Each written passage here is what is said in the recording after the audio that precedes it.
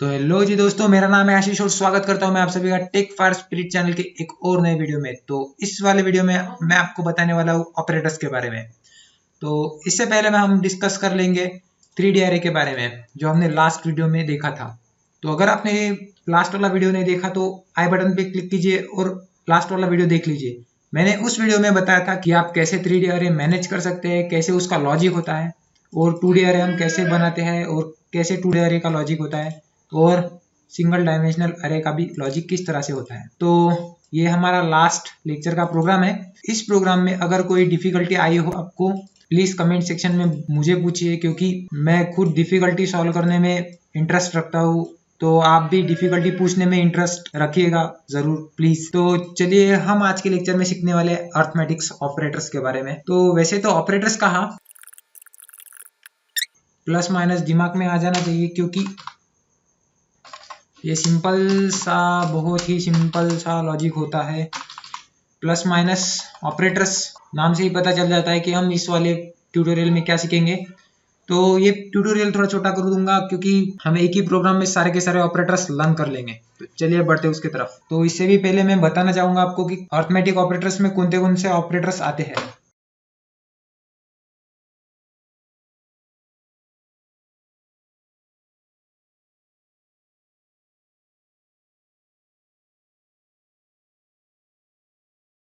तो गेस कीजिए कि अर्थमेटिक ऑपरेटर्स में ही इतने हैं, और बिटवाइज ऑपरेटर और बहुत सारे ऑपरेटर्स के टाइप्स है। तो हम इस वाले वीडियो में ये वाले सारे के सारे ऑपरेटर्स जानने वाले हैं। तो चलिए शुरू करते हैं इसके लिए एक प्रोग्राम। तो एक ही प्रोग्राम में हम इसे खत्म कर डालेंगे।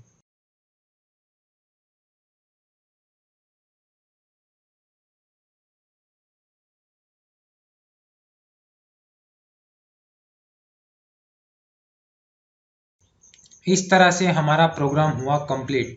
तो इस प्रोग्राम में हमने प्लस का ऑपरेटर, माइनस का ऑपरेटर भी ले लिया है, मल्टीप्लिकेशन का भी ले लिया, डिवीजन का भी ले लिया, मॉड्यूलस का भी ले लिया, और जो हमारे काम के थे वो सारे के सारे ले लिए लगभग। तो यहाँ मैंने ए को 40 असाइन किया और बी को 10 असाइन किया। तो इस पॉइंट पे भी आऊंगा बहुत ही जल्दी। तो सबसे पहले हम अर्थमेटिक ऑपरेटर्स के बारे में जान लेते हैं। तो अर्थमेटिक ऑपरेटर्स यानी हम हमारे प्रोग्राम में जो भी अर्थमेटिक ऑपरेशंस करने वाले हैं वो अर्थमेटिक ऑपरेटर्स की वजह से हम कर पाते हैं। तो ये बहुत ही बेसिक ऑपरेटर्स है, बहुत सारे लोगों को पता ही होगा कि अर्थमेटिक ऑपरेटर्स क्या होते हैं और कैसे काम करते हैं। लेकिन मैं वीडियो ट्यूटोरियल एडवांस लोगों के लिए नहीं बना रहा, मैं ये ऐसे लोगों के लिए बना रहा हूँ जो बिगिनर से एक परफेक्ट एडवांस बनना चाहते हैं। तो अर्थमेटिक ऑपरेटर्स में मैंने प्लस का ले लिया, यहाँ माइनस का ऑपरेशन सी में किया है मैंने, और इसे यहाँ पे सी प्रिंट कर दिया। मल्टीप्लिकेशन का भी लिया है ए इंटू बी, यानी 1 इंटू 2 1। तो दोस्तों मैंने यहाँ ये वाला प्रोग्राम लिख दिया है, जिसमें मैंने बहुत ही बेसिक स्टफ लिखा है अर्थमेटिक ऑपरेटर्स के बारे में। तो चलिए इसको रन करके देखते हैं एक बार। तो जैसे कि मैंने सोचा था आउटपुट वैसे ही आया, ए प्लस बी यानी 1 प्लस 2 3, सब्सट्रैक्शन -1 आया, यानी कि 1 माइनस 2 -1 प्रॉपर आउटपुट है। और बाद में आया हमारा 2, यानी कि 1 इंटू 2 2, और बाद में आया डिवीजन 1 डिवाइडेड बाई 2 0, और बाद में आया इंक्रीमेंट। तो यहाँ तक आप बहुत ही आसानी से समझ चुके होंगे, क्योंकि ये बचपना है। तो ये बेसिक ऑपरेटर्स थे जो यहाँ पे खत्म हो गए।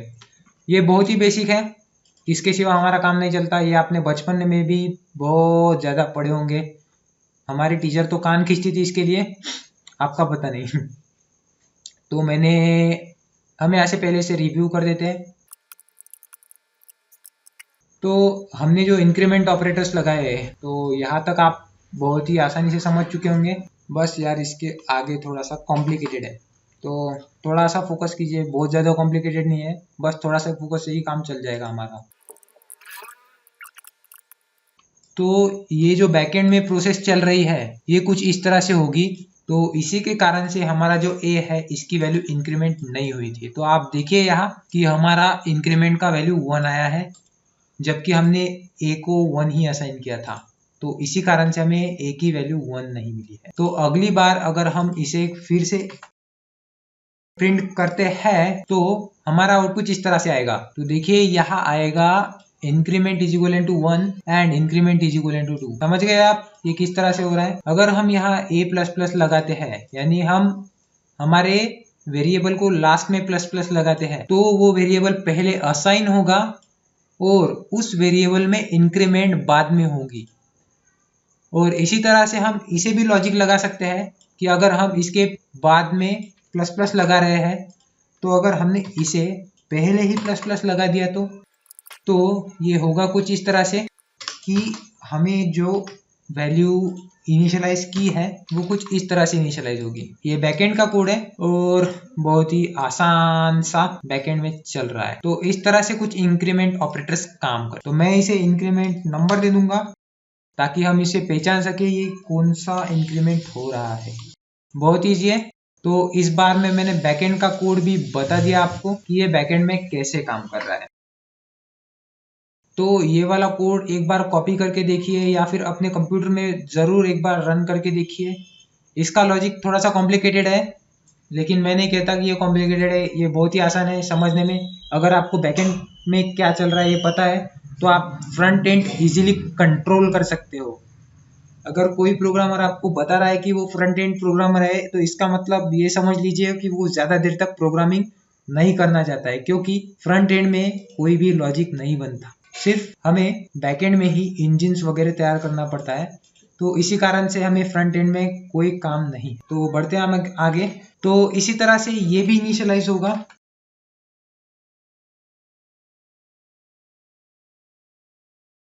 तो इस वाले कोड में भी वही हो रहा है। अगर हमने माइनस माइनस बाद में लगा दिए तो हमारा इंक्रीमेंट बाद में होगा, इनिशियलाइजेशन के बाद में।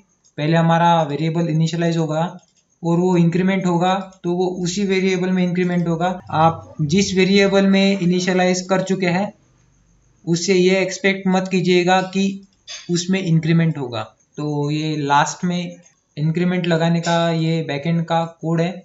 तो ये बहुत ही बहुत ही आसानी से आप समझ चुके होंगे। और एक बार हम इसे चला के देखेंगे। तो इस तरह से हमारा डिक्रीमेंट का कोड भी चल उठा है।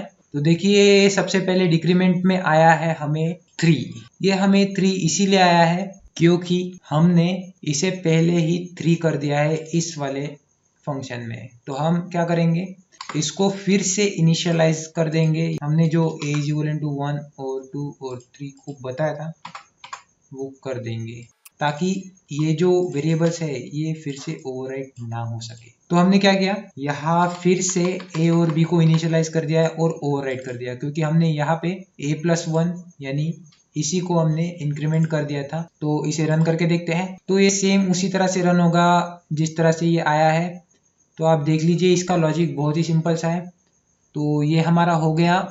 हमने जब डिक्रीमेंट किया है तो ये 1 हो गया, क्योंकि पहली बार डिक्रीमेंट करने के बाद ये वैल्यू इसको इनिशियलाइज नहीं होगी। ये वैल्यू को ये जो a है ये जैसे के तैसे इनिशियलाइज होगा और बाद में इस a का डिक्रीमेंट होगा। तो हमारे आउटपुट में भी कुछ उसी तरह से है। और ये जो सेकंड टाइम डिक्रीमेंट हुआ है ये 0 आया है। देखा आपने, ये 0 क्यों आया, क्योंकि हमने यहाँ a प्रिंट किया है और a की वैल्यू यहाँ पे a-1 हो गई है। तो ये बैकएंड में चल रहा है, आप इसे फ्रंट एंड में ना लें। तो बैकएंड में इसे a को 0 हो गया और यहाँ a की वैल्यू 0 होने के कारण हमने जब यहाँ c = -a कर दिया है तो अब हमारा वैल्यू क्या होना चाहिए। हाँ मुझे पता ही था कि आपको पता ही होगा। लॉजिक तो बहुत ही आसान सी चीज़ है, लेकिन ये इम्प्लीमेंट करना थोड़ा मुश्किल काम है। बहुत सारे लॉजिक एक प्रोग्राम में इम्प्लीमेंट करना थोड़ा टफ होता है, क्योंकि उस प्रोग्राम में बैकएंड में कुछ और चल रहता है और फ्रंट एंड में कुछ और। तो हम बैकएंड का नहीं जान सकते, वो तो सीपीयू को ही पता हो। तो हमने इसी तरह से ये पूरा का पूरा स्टफ कंप्लीट कर लिया है। तो हम जान चुके हैं कि इंक्रीमेंट किस तरह से होता है और डिक्रीमेंट किस तरह से होता है। जो फ्रंट एंड में जो अगर हमने ये प्लस प्लस के साइन या यहाँ पे माइनस माइनस के साइन बाद में लगाया है तो ये पहले इसको असाइन होगा और बाद में ये इनिशियलाइज होगा, मतलब ये बाद में इंक्रीमेंट होगा इस वाले वेरिएबल में। तो आप देख लीजिए ये वाला कोड और इसे ट्राई ज़रूर कीजिएगा, क्योंकि ये बहुत ही बेसिक है और बहुत ही मस्ट है, बहुत ही इम्पोर्टेंट भी है। प्रोग्रामिंग लाइफ में लॉजिक डेवलपमेंट के लिए ये बहुत काम आता है। तो बढ़ते हैं आगे। इस वाले प्रोग्राम में, नीचे वाले प्रोग्राम में हमने प्लस और इनिशियलाइजेशन किया है। तो यहाँ पे क्या हो रहा है, हम फिर से इस ए को और बी को यहाँ इनिशियलाइज यानी ओवरराइड कर देंगे और इस प्रोग्राम को एक और बार रन करके देखेंगे। तो यहाँ मैंने प्रिंट किया है addition assignment operator is equal to 12। तो ये क्यों हुआ भाई? तो ये इसीलिए हुआ क्योंकि मैंने यहाँ गलती कर दी है, तो ऐसी मिस्टेक ना करें। तो यहाँ पे हमें आउटपुट आता है C plus is equal to A का, यानी एडिशन असाइनमेंट ऑपरेटर का 0। तो ये क्यों हुआ? इसके बैकएंड में क्या कोड चल रहा होगा कि इसका आंसर डायरेक्ट से 0 आ गया, और माइनस इज इक्वल टू का जब मैंने ऑपरेशन कैरी किया तो यहाँ -1 आ गया। तो इसके बैकएंड में क्या चल रहा है भाई, इसका आंसर जानने के लिए वीडियो आगे देखिए। तो यहाँ हमारा आउटपुट 0 इसीलिए आ रहा है क्योंकि हमने जो C की वैल्यू इनिशियलाइज की है, यहाँ ये वाली जो वैल्यू है C की, वो पहले से ही माइनस में चल रही है। समझ गए आप? नहीं समझे तो इसे एक और बार बता देता हूँ। इसके बैकएंड में कुछ हो इस तरह से रहा है कि हमने जो C लिखा है उसकी वैल्यू -1 है यहाँ, तो ये C को क्या हो रहा है, -1 + 1 हो गया। अगर आप इसके बाद भी नहीं समझे तो मैं इसको एक और एग्जांपल दूंगा जिसको मैं C = 3 कर दूंगा। तो यहाँ हमारा आउटपुट 4 आया है। ये 4 काय को आया? ये 4 इसीलिए आया कि यहाँ क्या हो रहा है बैकएंड में, C = ++A हो रहा है। बहुत ही सिंपल सा लॉजिक है। ये जो ++A है यानी कि ये वाला ++A, इसका मतलब C = A+1 हो रहा है। इनडायरेक्टली ये डायनेमिक वैल्यू है, ये इनडायरेक्टली C = A+1। और आगे बढ़ते हैं। तो हमने C की वैल्यू 3 इनिशियलाइज की थी और A की वैल्यू 1 है, तो 1 + 1, तो सिंपल सी बात है, यहाँ हमने C की वैल्यू 3 असाइन की थी और A की वैल्यू 1 असाइन की है, तो 3 + 1 4। यार सिंपल सा लॉजिक है। और इसके बाद में हमने देखा था सब्सट्रैक्शन असाइनमेंट का। तो ये सब्सट्रैक्शन असाइनमेंट का आंसर 3 आ रहा है। तो ये 3 क्यों आ रहा है भाई? इसने क्या जोल कर दिया? तो ये 3 इसीलिए आ रहा है जबकि यहाँ C की वैल्यू, यानी यहाँ मैंने C को 4 कर दिया है, तो इसका माइनस होने के बाद चांस तो बनता है ना भाई, C = ये वाला चांस बन रहा है। तो यहाँ पे भी C की वैल्यू मैं 3 असाइन कर दूंगा। तो आप देख सकते हैं यहाँ पे भी हमारी वैल्यू 2 आई है। तो यहाँ बैकएंड में कुछ इस तरह से हो रहा है, C = C - A की वैल्यू कितनी है 1 और C की वैल्यू कितनी है 3। C = C - A, C = C + A। तो इस तरह से हमारा बैकएंड में कोड चल रहा है और यहाँ भी हमें मल्टीप्लिकेशन की वैल्यू उसी तरह से आएगी, C = C × A। और एक बार C = C/A। तो आप समझ गए होंगे कि ये C की वैल्यू किस तरह से आ रही है। तो हमारा अर्थमेटिक ऑपरेशंस में ये जो असाइनमेंट ऑपरेटर्स हैं, ये पार्ट कंप्लीट हो गया है। अब सिर्फ रह गया है तो वो है मॉड्यूलस का पार्ट। तो दोस्तों ये आपके लिए होमवर्क है, तो गेस कीजिएगा कि इसका आउटपुट क्या आता है और मुझे भी बताइएगा कि आपका आउटपुट क्या आता है, और खुद भी समझने की कोशिश कीजिएगा और खुद इसका सॉल्यूशन निकालने की कोशिश कीजिएगा। मैं नेक्स्ट वीडियो में आपको इसका आंसर पूछूंगा। अगर आपको आंसर पता हो तो कमेंट सेक्शन में बताइएगा और वो आंसर कैसे आया ये भी बताइएगा। तो तब तक के लिए stay tune with us and मिलेंगे हम नेक्स्ट वीडियो में। तब तक के लिए बाय।